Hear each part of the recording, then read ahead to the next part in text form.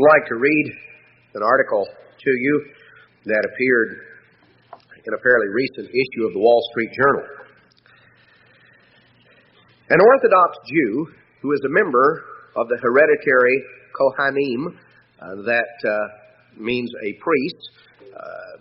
By the way, if you a Jew who has the name Kohan, whether it's spelled with a C or a K or Kun or anything derived similar to that, is a descendant of the priest. The Hebrew word for priest is Kohan, and the Jews who carry that name in various alternate spellings trace their descent from the house of Aaron. So, anyway, the article says, an Orthodox Jew who is a member of the hereditary Kohanim, or priest caste, boards an El Al jetliner heading for Jerusalem. Looking out the window, he sees a coffin being loaded into the plane's hold. He bolts from the seat and rushes off the aircraft. The problem? Well, Jewish religious law forbids a priest, a Kohen, from being in the same room or enclosure with a dead body. And for El Al, Israel's national airline, which carries dead bodies of many observant Jews to be buried in Israel, that's a problem. So in 1986, El Al came here to New York to a small stucco building on the city's outskirts that houses the Institute for Science and Halakha, which is the Hebrew name for the religious law. 15 engineers and religious scholars labor to find ways to reconcile modern technology and halakha, the 3,500-year-old body of Jewish religious law. After delving into the Torah and other texts, the group solved El Al's problem. The airline now encases coffins in cardboard containers. Halakha says this gives each coffin its own house, as long as it's made of forest products. So they solve that. They're not in the same building or room with a dead body because they've created a house for the coffin. So the coffin's in a different house, so they just go ahead and get on the airline and fly right on. Many of the puzzlers concern the Sabbath, when the Torah bars observant Jews from performing certain kinds of labor and expending energy. Now, the Talmud forbids 39 different kinds of work on the Sabbath. You see, in the Old Testament, God says you are to remember the Sabbath, you're to keep it holy, on it you are to do no work. It says the Sabbath is a day that we're to abstain from work. Now, the question came up during the time between the Testaments, as the religious groups that Jesus Christ encountered in His day, the Pharisees, Sadducees, various ones were shaping up. The question came up, all right, we're not supposed to work. What is work? What is work? Well, they concocted a list of 39 different kinds of work, all of which were prohibited. Now, from that list of 39, which they themselves came up with, trying to define work, they have continued to, everything falls under, see, one of those 39. So they come up with all these things. So let me read you some of the problems they've come up with. The 39 different kinds of work. Observant Jews, for instance, cannot light a fire, which means in modern times they can't turn on a light, although they could have someone else turn it on for them. For a long time, they couldn't travel in elevators. That problem has been solved after heroic work at the Institute by its founder, Rabbi Levi Yitzhak Halperin. The Institute's technicians have, among other things, helped a major Israeli appliance maker design the Sabbath-observing Galaxy refrigerator. It features a microchip that can be programmed so that on the Sabbath the compressor and motor operate automatically rather than when the door is open. Because you see, they did all this figuring and they decided, every time we open the door to the refrigerator, this causes the light to come on and the generator to run, which means, in effect, we are turning on a motor.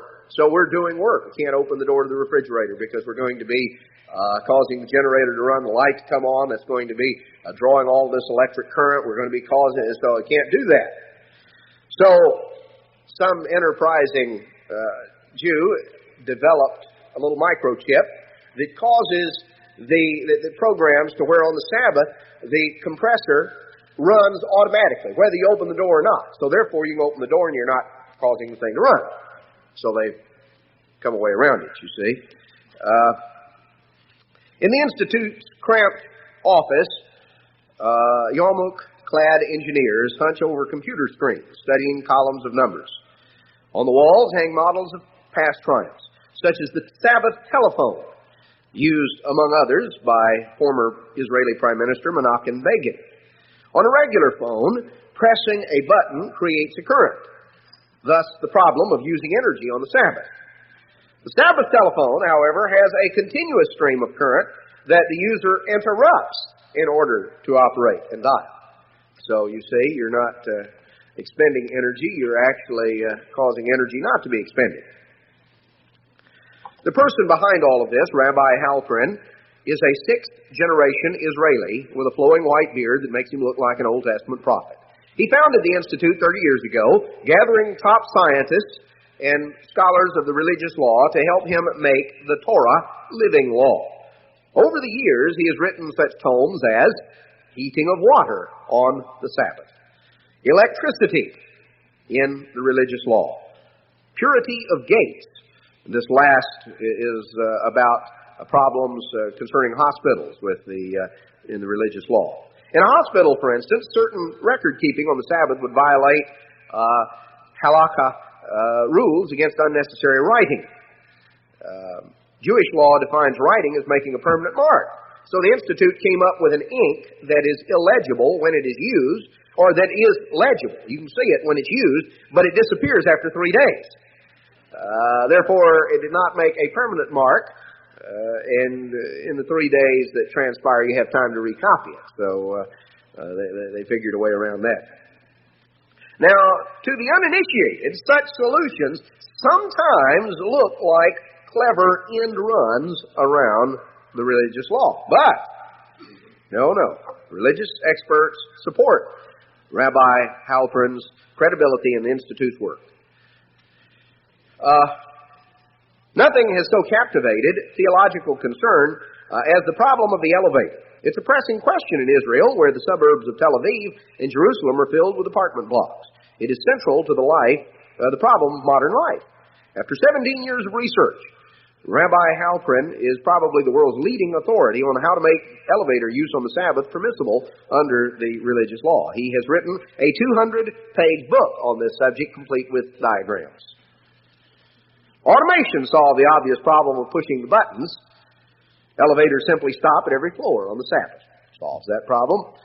Going up is no problem. People just step in and out without doing anything or making any demands on energy. But there is a problem with going down. Millions of elevator riders are not aware of this, but Rabbi Halprin learned that if the elevator and its passengers weigh more than the elevator's counterweight, then an automatic restraining system slows it, preventing it from plummeting to the ground.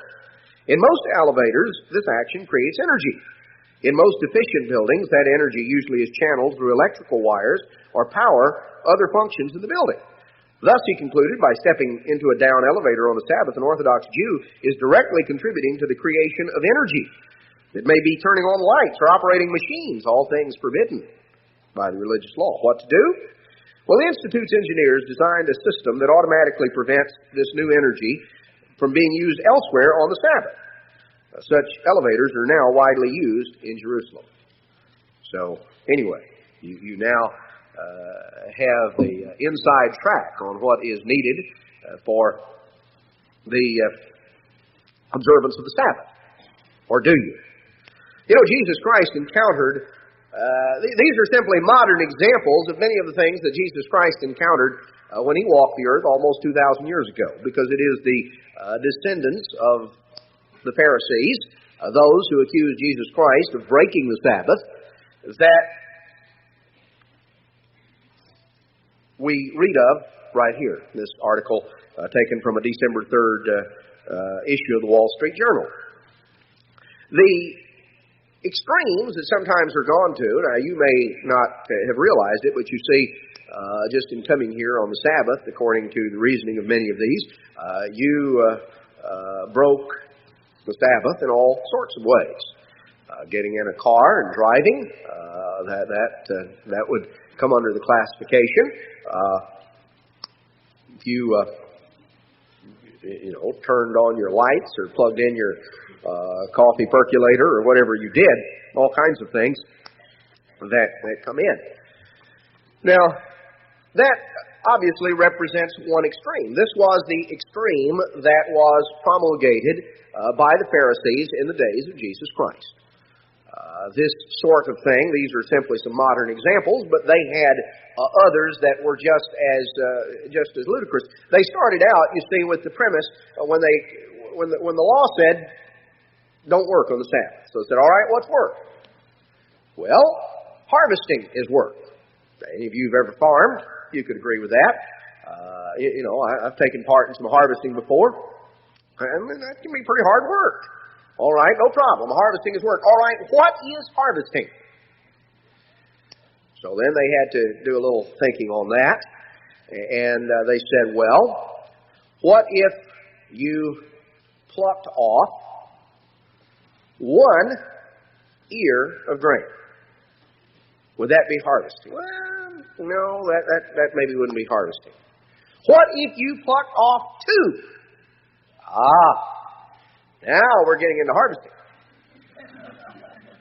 What if now not only is harvesting work, but threshing is also work. Now, if any of you have ever been involved in threshing, you could agree with that. Threshing is work. You put in all right, what is threshing? Well, this is what they nailed Christ and the disciples on. You remember when Jesus made the walk there from Bethany into Jerusalem, which is less than a mile. It's somewhere in the neighborhood of about 0.8 of a mile, something like that, just a little short distance. They were coming in, and it says they were going through a grain field. Now, of course, most roads were not roads as we think of them. Most of the roads were more of footpaths, because that was the way people got where they were going. Some of you, who are a little older can perhaps remember when there were a lot of roads around that weren't much more than footpaths. There were, of course, more major roads on which major transit was, but in a lot of cases, there was a little pathway that kind of connected up the back way where you could cut through. And this is the way, of course, many of the roads were, not the major Roman roads, but little pathways. And it was nothing more than a footpath that would cut through, for instance, in this case, a grain field. And the disciples were walking with Jesus. They had spent the night in Bethany, were coming into Jerusalem to the temple. They were walking along, and they plucked off some of the ears of grain that were there, right up there by the roadside. They would pluck it off and rub it around in their hand to separate the grain from the head, and to separate out separate it out and blow on it and blow the chaff away, and they would chew the wheat kernels. Now, this as they walked along, there are undoubtedly several that they plucked off.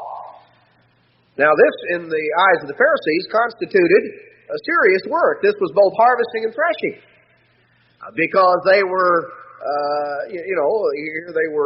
they were threshing because they separated the wheat from the chaff, and they harvested because they plucked more than one. Well, Jesus did not feel bound by their definition, because their definition did not come out of the Scriptures. It was out of their own human idea, their own human reasoning. They were not understanding of what is the spirit of the law, which is the intent of the law, the purpose of the law, the spiritual motivation behind the law. Their whole motive and intent was to reduce everything down to just every specific thing. And of course, when you take it out to an extreme, you wind up with all kinds of things, everything from needing an elevator that you don't have to push the button on to you name it. It becomes a major problem for some. Now, that is, of course, not what God had in mind.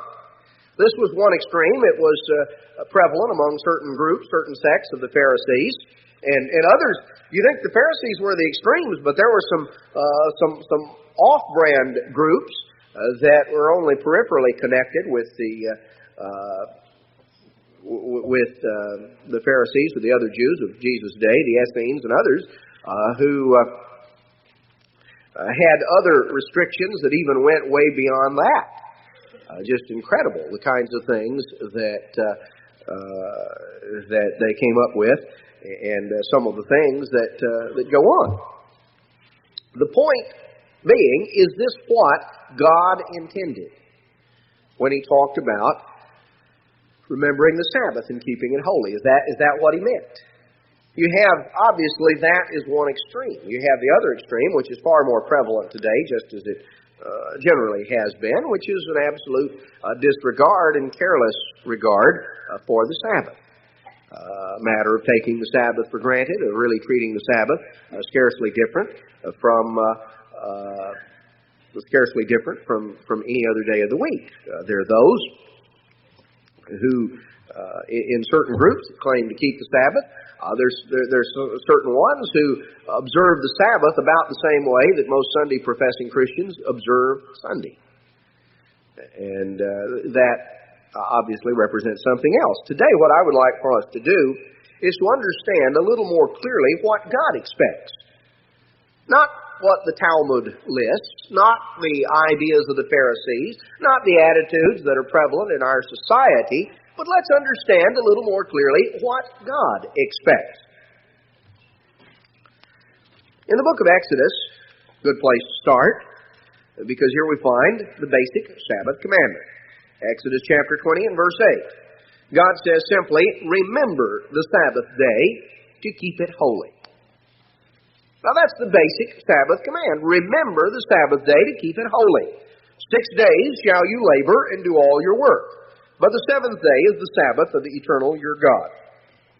In it you shall not do any work. You, nor your son, nor your daughter, your manservant, nor your maidservant, nor your cattle, nor the stranger that is within your gates. For in 6 days the Eternal made heaven and earth, the sea and all that in them is. He rested the seventh day. Wherefore the Eternal blessed the Sabbath day and hallowed it. Now, we're told here very clearly that we're to remember the Sabbath, we're to keep it holy, and we're told that in it we should not do any work. So there are three basic things that we would note here about the Sabbath, and I would like to break it down in those three categories. Here in Exodus 20, we're told to remember the Sabbath, we're told to keep the Sabbath holy, and we're told that in it we are not to do any work. It goes on with the stipulation here that the no work prohibition obviously extends to our household. Now, the concept was normally of someone, it was not uncommon to have an extended family living there, generally to an agricultural society. So the prohibition against working on the Sabbath extended to those that you had. You were, not only were you not to do it, but you weren't to send others out to do the work that you yourself would have been doing. It was to be a day of rest, and that was to be allowed to your family, and even if you had a stranger who was there, you were not to take advantage of the fact that he didn't keep the Sabbath to say, well, you can get out and put in a good day's work on my farm today. I can't. I got to rest, but why don't you hitch up the horse and plow the back 40? No, he can't do that. It was to be a day of rest, and so it extended here to us and to that over which we have authority and control. That over which we have authority and control. There obviously, we can give some illustrations and examples later on to perhaps understand that a little more clearly. For instance, if you own a business, you have authority and control over it. If you are a shift supervisor or foreman for a company, you really don't have authority and control. You're not the one that sets the policy. Now, you may not show up, but in terms of of controlling what the men on your crew do.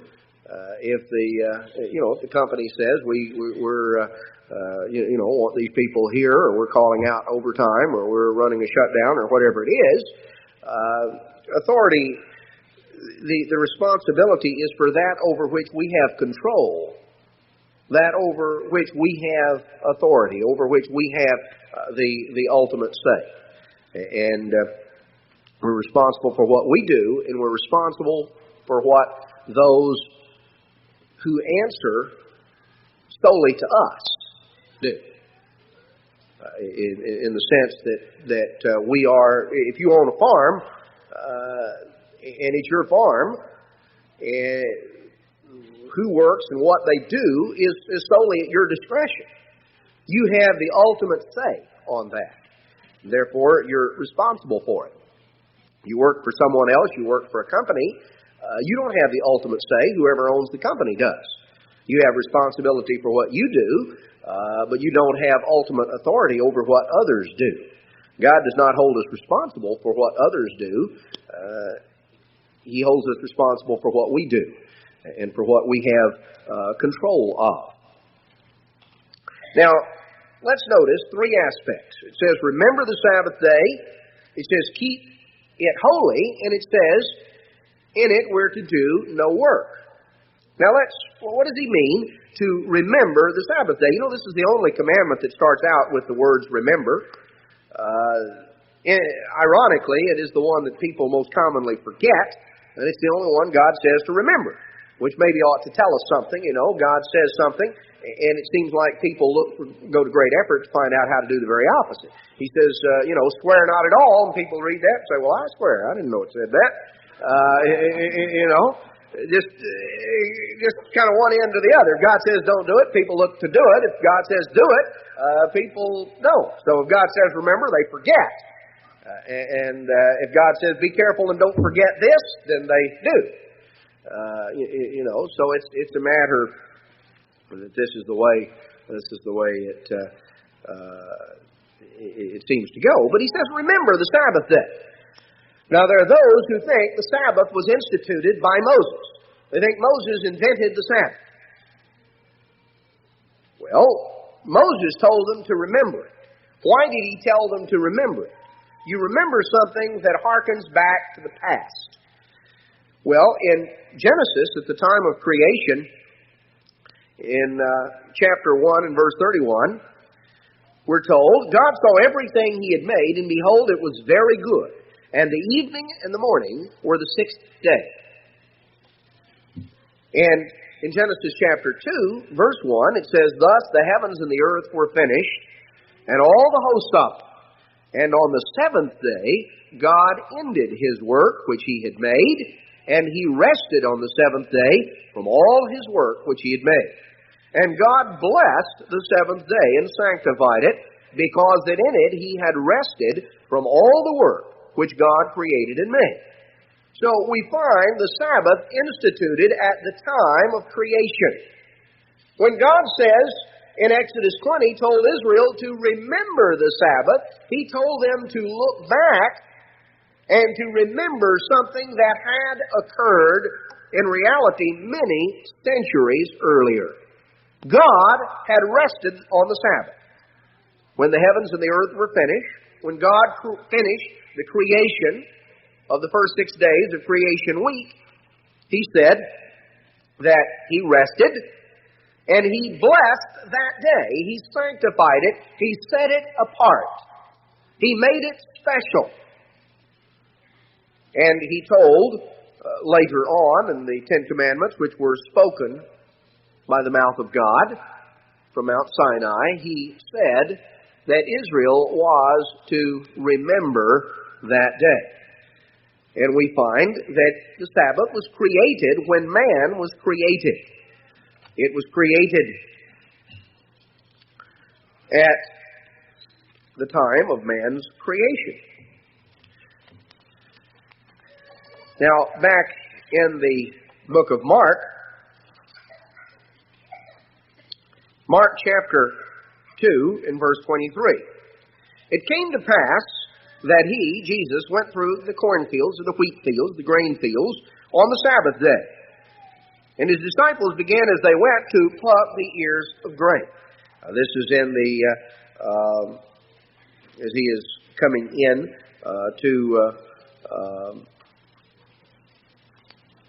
coming in here to the city. The disciples, as they were walking along, plucked off some of the ears of grain. And the Pharisees said unto him, Behold, why do they on the Sabbath day that which is not lawful? Now, what was not lawful about it was, according to the Pharisees, they were harvesting and threshing.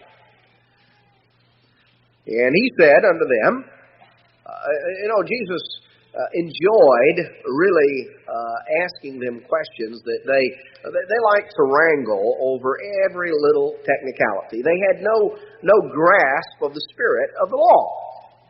And so Jesus enjoyed asking them a question that they were going to have difficulty answering. They didn't understand. And he said, haven't you ever read what David did when he had need and he was hungry? Those that were with him? They went into the house of God in the days of Abiathar the high priest, and they ate the showbread, which is not lawful to eat, but for the priests. David ate it and gave also to them that were with him. Now, how do you explain that? If you go back, you can read the account in 1 Samuel of how David there had come to Nob, which is where the shrine was. Come to Nob, and they had no food. Well, normally every week the showbread was taken out of the tabernacle. It had been on display there from the previous Sabbath. The showbread, or the bread of presence, the 12 loaves that were there in the presence of God, these 12 unleavened loaves that were displayed there in the holy place, were taken out every Sabbath, replaced by fresh loaves. And then those loaves that were taken out were used by the priest. They were free to consume it, but it was not something that was normally dispensed out. It was not something that just anyone could partake of, because it was considered holy. It had been in the presence of God, it was taken out and they could use it. Now, it wasn't just any great, wonderful delicacy, because you take unleavened bread and let it set out for a week, and eat it, you won't have just the most delicious of delicacies, but nevertheless, it was certainly usable and edible, and they were free to use it. But it was normally not dispensed out. But David came by, he and his group, and there was not anything there to eat. They were hungry. The showbread had been removed, the priest didn't really have anything else there, and so they questioned David a little bit, made a judgmental decision to allow David and his men to eat of this bread that normally would not have been dispensed out, but they were hungry, and there was nothing else available. Now, the Pharisees would have had great problems with that, because they really didn't understand the spirit and intent of the law, and were so worried about every little picky technicality. So I'm sure that Jesus enjoyed asking them this question. They were probably huddled in great debates and discussions for hours afterward, trying to come up with an answer. You never read of an answer they gave him. They probably never were able to settle on an explanation. In fact, they may still be debating that particular verse that occurred. But anyway, Jesus asked them the question. And while they were in a huddle and weren't able to come up with an answer, he said unto them, verse 27, the Sabbath was made for man, not man for the Sabbath. God didn't make the Sabbath and then create people to keep it. He created man, and then he made the Sabbath. The Son of Man also is Lord of the Sabbath. Now, if you want a day that's called the Lord's Day, this is the only day that is called the Lord's Day. Here in verse 28, he entered into the synagogue. And then they were watching him whether he would heal on the Sabbath. On down chapter 3, verse 2, there's a man with a withered hand. They knew the reputation for healing, and they were really watching because, this was against one of their 39 points here that involved medical care, because this was not a life-threatening situation. This was not emergency first aid. The man's hand was withered, been withered for a long time. That didn't say Christ went in and performed a 6-hour operation on the man's hand. It said that Jesus told the man to stretch forth the withered hand, and he told him that it was healed. And the man stretched out his hand, and it was restored. There was not a lot of work and labor and energy expended. But the Pharisees were highly offended by that. Mark chapter 3. Highly offended. They took counsel with the Herodians, how they might destroy them. Now, you know they were mad if they got together with the Herodians, because the Pharisees hated the Herodians. The Herodians were the group of Jews that were loyal to Herod. They were kind of the group that got along with Herod. Now, Herod, the Pharisees did not like Herod. To begin with, Herod was a usurper. Herod was not even a Jew. He made at least some outward form of practicing the religion of the Jews, but really did not do so. He was an Edomite by birth, by ancestry, and had seized power with Roman help. And there had been a lot of intrigue, a lot of things going on that had enabled Herod to come to power. So the really religious Jews had no use for Herod. Didn't like him at all. And who they hated worse than Herod was the Jews that tried to curry favor with him. Because you see, those were looked upon as traitors, as turncoats. No one is more looked down upon than those who give the appearance of selling out their own group, their own people. Nobody is more despised than a turncoat or a traitor, a collaborator. This has been true basically in any culture. It was true with them. So the Pharisees and the Herodians were at absolute opposite ends. The Herodians were cooperators with Herod and with the Romans. And the Pharisees, of course, were absolutely opposed to that.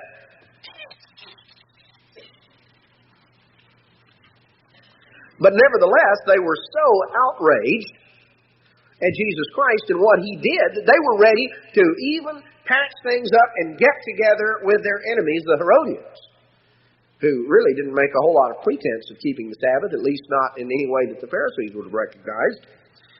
But they got together. Now, here was their lack of understanding. Christ said that the Sabbath was made for man. We're told, first and foremost, we're to remember the Sabbath. What do we remember? Well, first thing we see here is the Sabbath was a memorial of creation. The Sabbath was made for man. We're to be conscious of the Sabbath. We're to remember the Sabbath. Let's notice Psalm 92. Psalm 92. Now, if you'll notice up above verse 1, in most Bibles, you'll have printed under the word Psalm 92, a psalm or song for the Sabbath day. This is part of the original text. It's not just an editor's comment. It was a descriptive term that was laid in. Now, here's a song or a psalm that was particularly designated as being for the Sabbath. Now, let's notice what it says. If we're to remember the Sabbath day, maybe there's some things here that give us some information to remember. We're told, "It is a good thing to give thanks unto the Eternal, and to sing praises unto your name, O Most High. To show forth your loving kindness in the morning, your faithfulness every night. Upon an instrument of 10 strings, upon the psaltery, upon the harp with a solemn sound." So here we find musical instruments, we find singing, we find this very sort of thing. That's why we, of course, open the Sabbath services with a song service. "The Lord has made us glad through your word. You, Lord, have made us glad through your work. I'll triumph in the work of your hands. O Lord, how great are your works. Your thoughts are very deep." So the first emphasis here in this Sabbath psalm was an emphasis on the greatness of God's works. Now, the Sabbath is a memorial of creation. And when we observe the Sabbath, we look back to the fact that there was a creation and there is a creator. You know, an evolutionist has no basis to keep the Sabbath.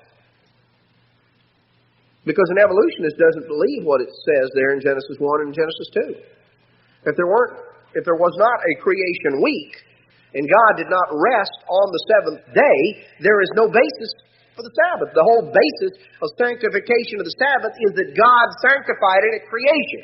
If there was not a creation, there is no Sabbath. So you can't be an evolutionist and keep the Sabbath because you have no basis for Sabbath keeping.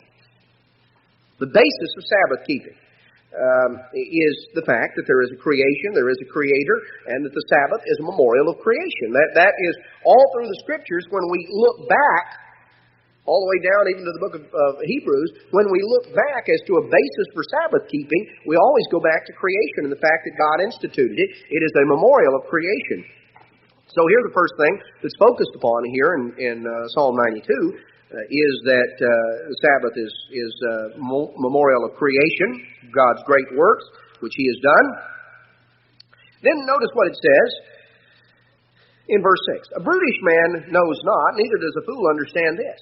When the wicked spring as the grass, and when all the workers of iniquity do flourish, it is that they shall be destroyed forever. It says here, look, some people don't understand this, that you may look around and the wicked may be springing up like the grass. Now, grass is all over the place, and sometimes the wicked are just about as prevalent.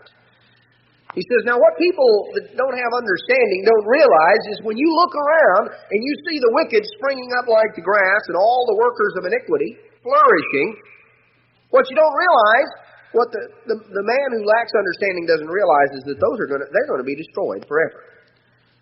You, Lord, are most high forevermore, for lo, your enemies, O Lord, your enemies shall perish. All the workers of iniquity shall be scattered. My horn shall you exalt like the horn of a unicorn. In other words, a horn is a symbol of power and authority. And a unicorn, of course, had one horn. So it says, my horn, my authority, shall you exalt.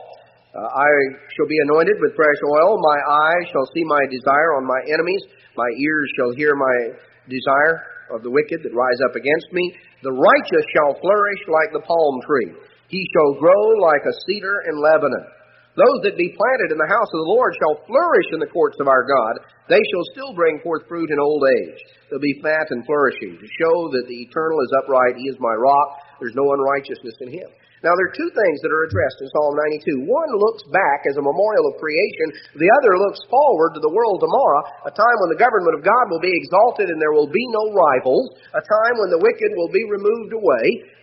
So the Sabbath, we're told here in Psalm 92, if you go through and really study Psalm 92, a psalm or song for the Sabbath, two things stand out. Two things the Sabbath reminds us of. The Sabbath reminds us of the creative works that God accomplished in the past, and the Sabbath reminds us of the establishment of God's kingdom and God's government in the future. The Sabbath is a memorial that God is that testifies to the fact that God is creator, and it also testifies to the fact that as creator, He is going to rule His creation. He is going to judge the creation. He is going to establish His government. So when we're told to remember the Sabbath day, we are to be mindful of that which it pictures. Isaiah chapter 14 ties in with Psalm 92. Isaiah 14, verse 7. The whole earth is at rest and is quiet. They break forth into singing. Now the context here of Isaiah 14 is the time of the world tomorrow. The time of what we term the millennium. And it is a time where the whole earth is pictured as being at rest. It is a Sabbath, if you will. A time when there's a time of rest and quietness, a time of singing. That's why, millennium, of course, is a Latin word that means 1,000. We're told that there is a 1,000-year period. In the book of Revelation, the period is defined as 1,000 years. We're told about the period of the Messiah's rule on the earth. We're told about that period throughout the Scriptures. In the book of Revelation, it is defined as being precisely 1,000 years. Peter tells us that 1,000 years is with the Lord as a day. Isaiah tells us that the time of the Messiah's rule will be like a Sabbath, a time of a Sabbath for the whole earth, a time when the whole earth is at rest. Now we go back to the creation week and we find there were 6 literal days of work and a 7th day of the Sabbath. That set the stage for the week, which is a type of something, of a great plan and purpose God is working out. 1,000 years is in God's plan like one day. So you have 6 1,000-year days set apart for man, and a 7th 1,000-year day set apart that God reserves to Himself. A time when the whole earth will be at rest and is quiet. A millennial Sabbath, the time of the Messiah, a time when the wicked will no longer flourish and dominate. So when we're told to remember the Sabbath, we're told to look back and remember the creation and remember the Creator, remember the greatness and the power of God who brought what we see into being. We're told to look forward and to anticipate the reality of the establishment of the government of God.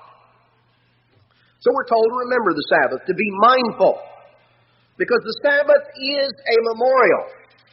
It reminds us of God and the great plan that He has for mankind. The great Creator God, the judge and the ruler of His creation. Exodus 20 tells us we're to remember the Sabbath. We're to be conscious every week when the Sabbath comes. We're to be conscious of its meaning. That God gave us this day and He told us to remember it because it is a memorial. He also said, not only remember the Sabbath day, which doesn't mean, I remember, it's the Sabbath, and then going on about your business, you see. That's not exactly what it means, because He says, remember the Sabbath day and keep it holy. And keep it holy. So it doesn't mean that you're out mowing your yard and you say, I remember, it's the Sabbath. And you keep on mowing your yard. Well, I remember the Sabbath day. I remember, it's the 7th day of the week. No, it says remember the Sabbath day and keep it holy. Now we get into something else. We're to keep it holy. What does that mean? Well, to be holy is to be sanctified by the presence of God. If we're to keep it holy, that means we're to keep it as a day dedicated to God. We're to keep it as a day that is God-centered. The Sabbath the Sabbath is a day that is God-centered, and our activities upon the Sabbath ought to be God-centered. That doesn't mean that you just have to hide in a closet and pray and study from sunset to sunset. Spend 24 hours. Don't sleep, don't eat, don't fellowship, don't do anything, just, keeping it holy. Well, that's not all that is involved in terms of what it means to keep it holy. Now, it certainly ought to be a day for extra prayer and extra Bible study. It ought to be a time that is especially meaningful in terms of drawing close to God. The emphasis of the Sabbath ought to be as a time to especially draw close to God. In Isaiah chapter 58, we're given some important insight of principles concerning keeping the Sabbath. Isaiah 58:13, it says, if you turn away your foot from the Sabbath, from doing your pleasure on my Sabbath day, my holy day, you call the Sabbath a delight, the holy of the Lord, honorable, and shall honor Him, not doing your own ways or finding your own pleasure, nor speaking your own words. Then shall you delight yourself in the Lord, and I'll cause you to ride upon the high places of the earth and feed you with the heritage of Jacob your father, for the mouth of the Eternal has spoken it. So we're told that the Sabbath is a day that we're not to trample all over. So you turn away your foot from the Sabbath. Mr. Park made reference in the sermonette to what it means to keep something holy, and he talked about Moses pulling his shoes off. God said, the ground you're standing on is holy ground. Don't be stomping all over it with your old dirty shoes, Moses. This is holy ground. In effect, he says the same thing in Isaiah 58. He says, this is holy time. Don't be stomping around all over it with your old dirty shoes. This is holy time. Turn away your foot from the Sabbath and from doing your pleasure on my Sabbath. Now, some have made great, we've had people who've gone to two extremes on this, misunderstanding. Some have said, oh, you're not to do your pleasure. And so from that, they have extrapolated 39 rules. Anything that makes you smile, you shouldn't do. I'm maybe slightly exaggerating the concept that anything that would in any way constitute pleasure, because it says don't do your own pleasure. Others have gone to the other extreme. They have looked up, perhaps in other translations, and they have seen that it says don't do your business. Because that is a very common translation. I think that's the way it's translated in the Jewish translation. So we'll see, I can do anything except my regular business. As long as I'm not doing my business, it doesn't matter. Well, yes, it does. The word that's translated here, your pleasure or your business, is a word that means both. You see, the word business does not just mean your employment. It means doing your activities, pursuing your own activities, your own endeavors. The Sabbath is not a day to pursue your own everyday interests and endeavors and activities. It's not a day to use the modern, if you really wanted to give it a modern translation that would perhaps sum up the meaning more than any other one phrase that I know, it says, don't do your own thing. Don't do your own thing. That would probably be the most accurate translation. It maybe be a little bit of a slang translation, but it gives the sense, because that's literally what the original word means. It's not a day. It's not restricted to just your business, nor does it just simply mean, well, if it's enjoyable, don't do it. Well, he says you're to call the Sabbath a delight. The point is that it's not a day to pursue your own interests, your own endeavors, to pursue your own pleasures. It's certainly not the day to be sitting around, going off to the ball game or prop back a Friday evening watching. I don't even know what's on television on Friday evening, but I am sure that some do. Perhaps some of you do. Of course, there are various ways of knowing what's on. Maybe you just read it in the newspaper out of curiosity, or you saw it advertised some other time of the week. But the point is, that's not keeping the Sabbath holy. Now, the question comes up, well, is it a sin to watch television on the Sabbath? Depends. Yeah, it depends. Now, I don't think it's a sin to watch the World Tomorrow program. In some areas, it comes on Sabbath. Is there anything wrong with turning on the World Tomorrow on the Sabbath? Well, no, I don't see where there's anything wrong with turning on the World Tomorrow on the Sabbath. Many locales, it comes on Saturday, and others, most places, it comes on Sunday. Depends on when we can get the time, what seems to be the best time slot available. Is it wrong to maybe turn on and watch the television news and see if, Jerusalem has been gassed or Baghdad has been nuked or something? No, I don't think particularly so. There's anything necessarily wrong with that. But when you get in terms of spending the day or using it in terms of simply entertainment, of treating it like any other day, if you're talking about, we have morning service, so that kind of knocks in the head the bulk of, you can't go to church and lay up and watch all the Saturday morning cartoons, but I guess over in Baton Rouge they could, because they have afternoon services. I'm sure they're early morning, Saturday morning cartoons. I don't know when they're, what's on or when they're on, or whether the ones that were on 26 or 27 years ago, the last time I saw any, are still on or not. I don't know. I haven't really inquired. It hasn't been any major concern of mine. But that's not really keeping the Sabbath holy. I think we can understand that. Now, here, you couldn't watch the cartoons. You could go home and watch the ball game all afternoon. That really wouldn't be keeping the Sabbath holy either. Sometimes people want to get real specific. Well, what about this program? This is a nature program, or this is what do you mean by that? Is that a ball game where you see the grass or something, or what? I don't propose to give any 39 specifics in terms of defining and what constitutes something that's righteous and something that's not. God states the principle very clearly. And it's a matter as to whether we're after the spirit of the law or whether we're trying to figure a way to wrangle around. Well, what if I program the elevator where the buttons are automatically pushed, This is the kind of extreme, the things that I read at the beginning of the sermon, this is the kind of extremes that people get to when they try to keep coming up with all sorts of humanly devised things. The basic point is it's a day to keep holy. It means that it ought to be a God-centered day, a day that's dedicated to God. Certainly there ought to be time for extra prayer and Bible study. It's not a time to pursue our own interests, our own endeavors, our own activities. It's a time to go to church. That's one part of keeping it holy.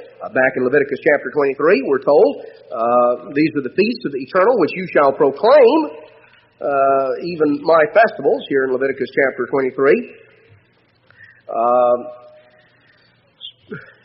The Eternal spoke unto Moses, saying, Speak unto the children of Israel, and say unto them, concerning the feasts of the eternal, which you shall proclaim to be holy convocations, even these are my feasts. 6 days shall work be done. The 7th day is the Sabbath of rest, a holy convocation.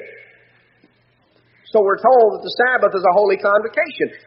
That means it's a day that we're to convoke or assemble together with other of God's people. We're to attend Sabbath services. That's obviously a part of keeping the Sabbath holy.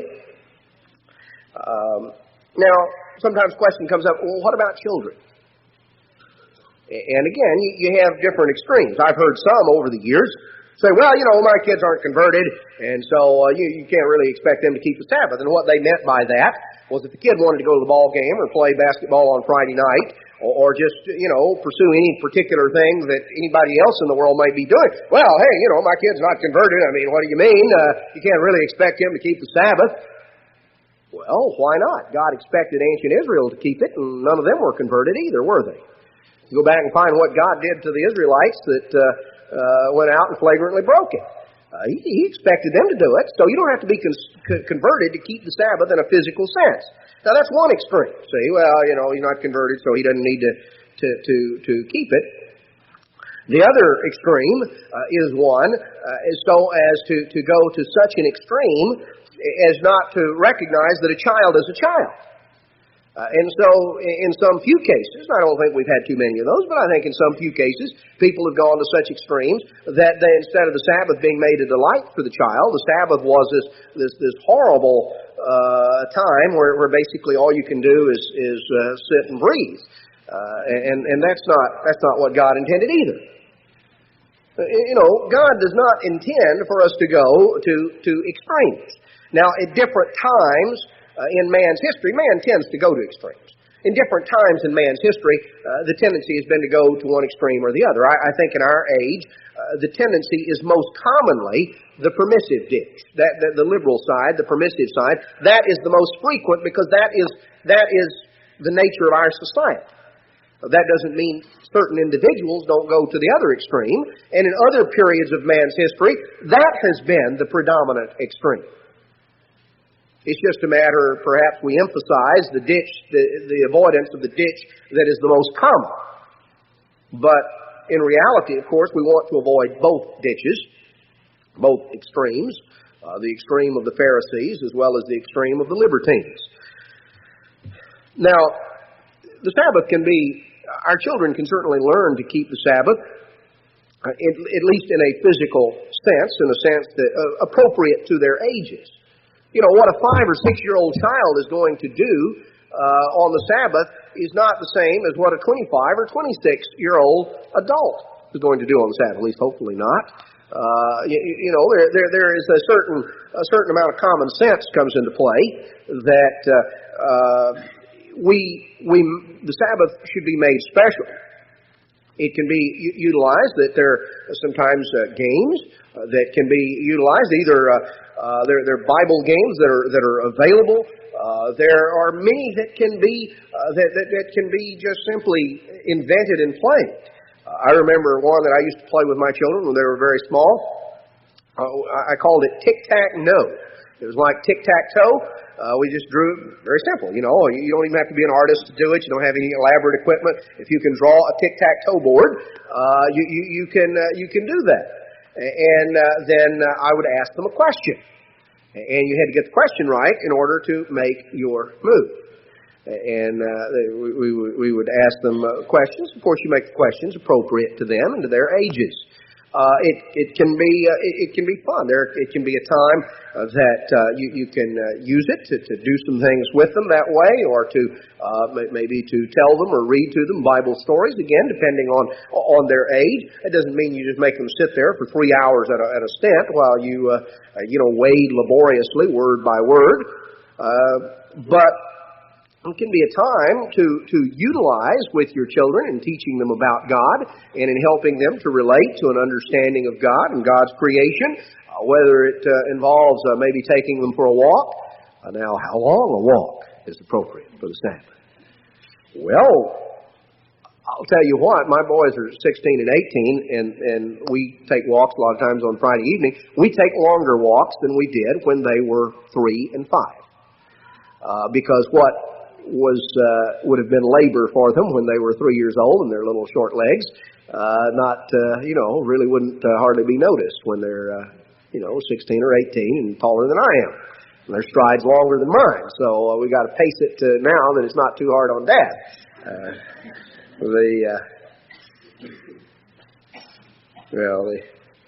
They can tell you about that, but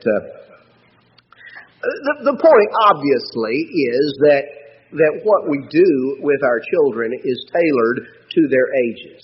The things that we teach them, the way that we teach them and work with them, the things that we do. The thing that we sought to do with our children from an early age is to teach them the Sabbath is different than every other day of the week. The Sabbath is special. We've normally made it... We don't normally have desserts at home after meals, but we have normally made it a point over the years that Friday evening is the one evening that Friday evening is an evening that we will normally always have something special, some sort of a treat. Because the Sabbath is different. The Sabbath is special. The Sabbath stands out in a sort of a special way. There are various ways of doing things. It depends, obviously, on the age of your children. Depends on some of the circumstances. The point is, though, that you can work with your children to make it special. And while a small child may be allowed to, run around a little bit in the backyard and kind of wear off some energy, that is one thing, and being out running up and down the street playing with the neighbor kids for the whole afternoon is something totally different. That the Sabbath was viewed as a special time, as a different time. Some of their toys, certain things, we may have allowed them to play with on the Sabbath that we kind of saved for the Sabbath. It was something that was special, something that they enjoyed, and something that was Sabbath related. I think you want to try and make it special and relate it to them on a level of understanding that they can understand. You make it special, and yet it should be distinct and different from every other day of the week. And even a small child can understand this is the Sabbath. This day is different. This day is God's day. This is special. And as we may place certain restrictions on their behavior, there should also be certain opportunities and certain things that are extra and that are special that give a specialness. That while there are things God tells us not to do, there are also things God tells us to do. I think one of the things that children often enjoy the very most is simply the fact that their parents have some time and attention for them. Parents have some extra time and attention to spend with them, and I think that's important and appropriate because God says we should spend time with and teach our children. The exact way you do it depends with the age of the child, but we as adults should strive to keep the Sabbath holy, to make it special, and to recognize that it's God's day, and whether it involves using it for fellowship, as a time to spend some time visiting with other brethren or something of that sort. That they're, as long as it's done in balance and in an appropriate way, that's wonderful. We should think in terms of how to properly organize and schedule our time on the Sabbath to get the maximum use out of it. A lot of times when people first start coming into the church and they find out about the Sabbath, they think, what in the world will I ever do? I have all this time, I won't know what to do. I think for most of us who've been in the church for a while, the question is not, what do I do to fill up the time? The question is it's here and gone. It goes so quickly. How can I get more in to the Sabbath? Because it is a time that is to be remembered, it is to be kept holy. Also, we're told that in it we are to do no work. This brings us to something that is very important. And that is the preparation day. Now that often gets lost sight of, but one of the important things about keeping the Sabbath starts the day before. That's why the 6th day of the week is called the day of preparation. The preparation day. That's a time to get, if you're going to be ready to observe the Sabbath, when the Sabbath comes on, then the preparation day needs to have been organized in an efficient way as to where you're ready to relax and to enjoy the Sabbath. There are many things that we can do ahead of time. Clothes can be prepared ahead of time and gotten ready. Sometimes at least certain things about meals can be. That doesn't mean you have to pour your cornflakes on Friday afternoon and put the milk on them and set them on the table, where you avoid all work. They might be a little bit soggy by Saturday morning.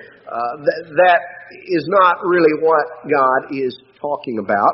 I think we can understand a certain amount of balance and perspective. But on the other hand, there are things that may, a lot of our cooking may simply involve,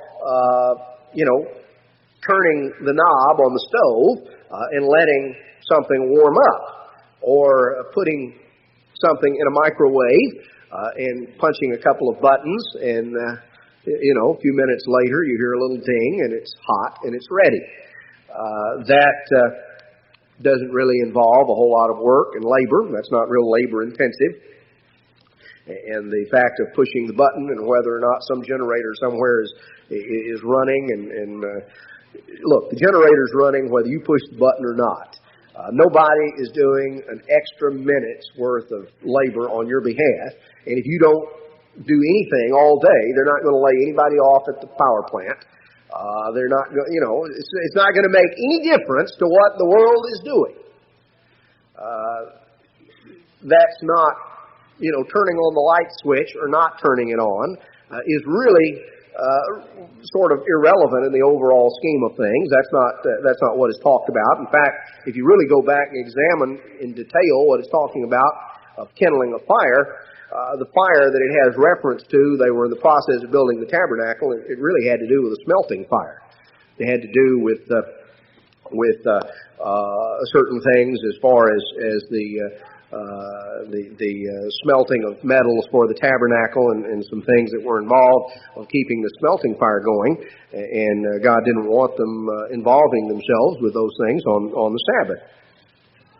But by starting a fire, kindling a fire, you're talking about going out and chopping down a tree, cutting it up into manageable sizes, splitting the firewood and coming in and laying a fire and sitting there and rubbing two sticks together until you finally get a blaze. I would say that does constitute work.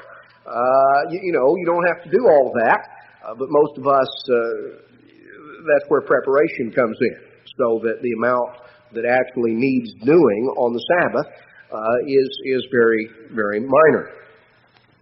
That there are a lot of things that can be done ahead of time, even the extra preparation in terms of meals. If you're talking about taking a couple of slices of bread and putting them in the toaster, that's one thing. If you're talking about making, several loaves of whole wheat bread from scratch, that's something else. It is a point of common sense that comes in, not a matter of a restrictive list. Well, how many minutes And how many seconds can you spend in the kitchen before it becomes work? That kind of misses the point of the whole thing. God says that, it's a day, the preparation day is a day to make preparation. Whether it involves clothes, whether it involves heavy cooking or preparation as far as meals or shopping. To stop by the store and pick up a bunch of items. Well, we don't have any so and so or any of this or that, and so I better stop by the store and get it. Well, that's really a matter of a lack of preparation. I think we have to realize that there's a little bumper sticker I saw one time that said a lack of planning, bad planning on your part doesn't necessarily constitute an emergency on mine. There ought to be some planning. I realize sometimes there are things that come up that can't be foreseen, just like gassing up the car on the preparation day. That's something we normally do every Friday afternoon because I know I'm going to be coming over here. And therefore, I like to have a full tank of gas and be ready to go.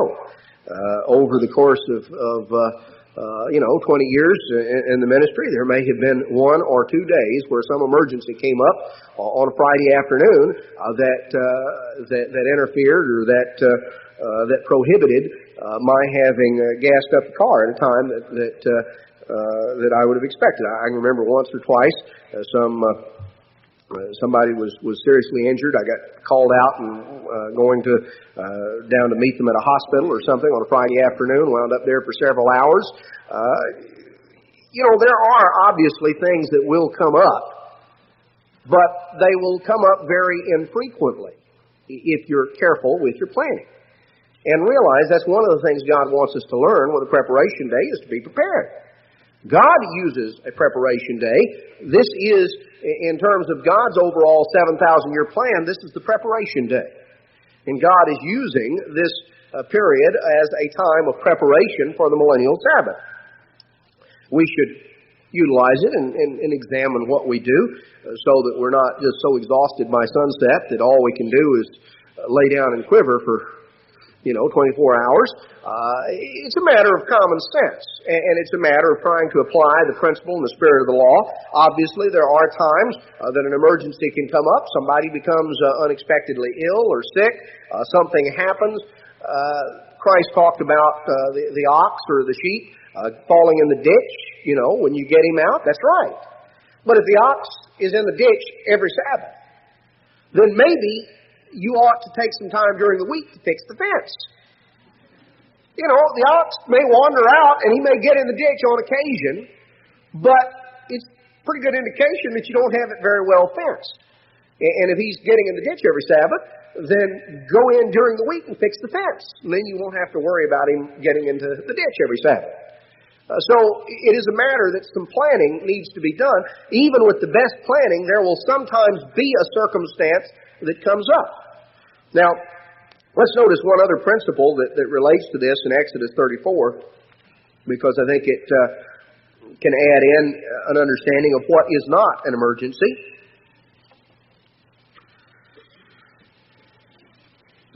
Exodus 34:21, it says, 6 days shall you work, but on the 7th day you shall rest. In earing time and in harvest you shall rest. Now, this is addressed to people in an agrarian society, but the principle holds true. He says you're to rest on the 7th day. And then he specifically says, in earing time and in harvest time you shall rest. Now, any of you farmers realize there are certain times of the year that are very hectic. Very hectic. God specifically singled those out and says, even those times you still observe the Sabbath. It doesn't constitute an emergency just because you're busy. I can remember, for instance, as a boy growing up, my dad raised beef cattle, and during the period of the summer when we were cutting hay and getting hay put up for for the winter. That was a hectic time, and you had to time it in terms of the weather, because what you didn't want was bales of hay all over your field, and it raining on those bales of hay, because you could ruin a lot of hay and really be in trouble. Now, people say, well, boy, it's got a lot of hay in the field, and so looks kind of like rain, I guess. Even though it's the Sabbath, I better go out and get the hay out of the field. The ox is in the ditch. Well, no, that's not an ox in the ditch. That's really a matter of very poor planning, because you don't, you obviously cut off baling early enough in the day that you can clean up and get put away what you have, and then you come back on Sunday and start over. You have to do some planning to bring work to a halt early enough to put up after. This is what it's talking about. In harvest time and in earing time, you shall rest. You don't just do something, leave it out, and create your own emergency as a result of either total lack of planning or very poor planning. That doesn't constitute an emergency. That just constitutes poor planning. God says we need to utilize some planning. We should not plan an emergency. An emergency, by definition, is something that's unplanned. The ox may get in the ditch, but you shouldn't leave the gate open for him to do so. And the principle there of the ox in the ditch is one of the major things it involved was suffering to a living creature, as well as, of course, loss of property. And there are other principles here that illustrate the fact that it's a time we're not to do work. We are to utilize a preparation day. Yes, emergencies may arise, but normally they're going to arise very infrequently if we're trying to be careful. And if we have not been careful, then we need to examine that, and we need to go to God for forgiveness and for the help to learn the lessons and to be properly prepared, to focus in on remembering this day that God set as a memorial of the creation, as well as a memorial of the time in the future when the government of God is going to hold sway over this whole earth. It is a time for us to remember, for us to look backward and to look forward. It is a time for us to keep holy, to realize it's special. It ought to be utilized in terms of drawing close to God as an individual and as a family, to seek to use it in an appropriate way as a special time, and certainly to make it so for our children, recognizing, of course, what is appropriate to them for their age and understanding as to the exact specifics of how we implement it. It's not a day for work and labor, but we are to utilize the time of the preparation day to make preparation, to be prepared, to get things in order. Yet we recognize that there will be times that an emergency may arise.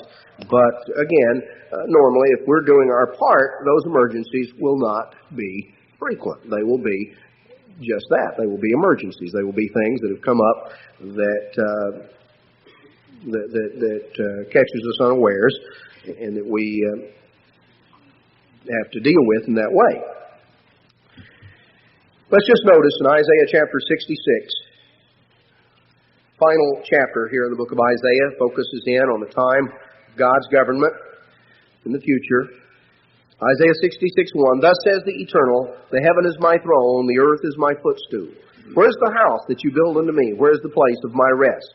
All those things is my hand made, and all those things have been, says the Eternal. But to this man will I look, to him that is poor and of a contrite spirit, and that trembles at my word." Somebody who really has that eager anticipation. Again, sometimes people misunderstand what it means to tremble at God's word. Some have only the connotation of sitting there quivering in fright. You're afraid God's going to get you.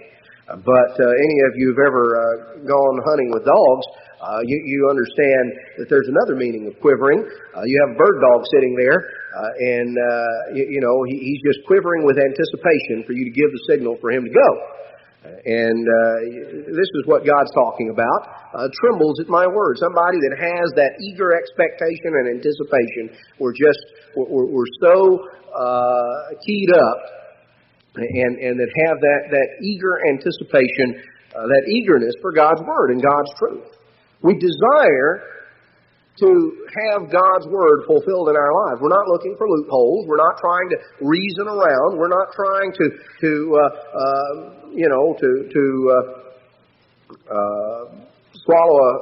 strain out a gnat and swallow a camel, as Christ told the Pharisees they were doing. We have an approach that is God-centered and God-oriented, and we want and we eagerly anticipate God's law being fulfilled in us through God's help, the power of His Spirit. As we come on down here toward the end of Isaiah 66, talking about the time of the world tomorrow, when God is going to regather Israel and bring them back to Jerusalem. And in verse 21 of Isaiah 66, He says, I will also take of them for priests and for Levites, says the Eternal. And as the new heavens and the new earth, which I will make, shall remain before me, says the Lord, so shall your seed and your name remain. And it'll come to pass from one new moon to another, from one Sabbath to another, shall all flesh come to worship before me, says the Lord. All flesh. All humanity. Not merely the Jew or the Israelite, but all humanity will come before God. All flesh shall come to worship before the eternal God. We look forward to a time in the world tomorrow when the whole human race will be united in allegiance and worship to the great God. God has called us out and given us insight and given us understanding to recognize His calling and His plan and His purpose today. We need to value that, to appreciate that, to utilize it, to appreciate and value the Sabbath which God has given to His people as a sacred sign, to identify us as a perpetual covenant, to identify us as His people. We look back to the time of creation and memorialize the Creator, and we look forward to the time in the future when the whole earth is at rest and under the rule of the Messiah, when all flesh will go forth every Sabbath to worship the eternal, the Lord of hosts.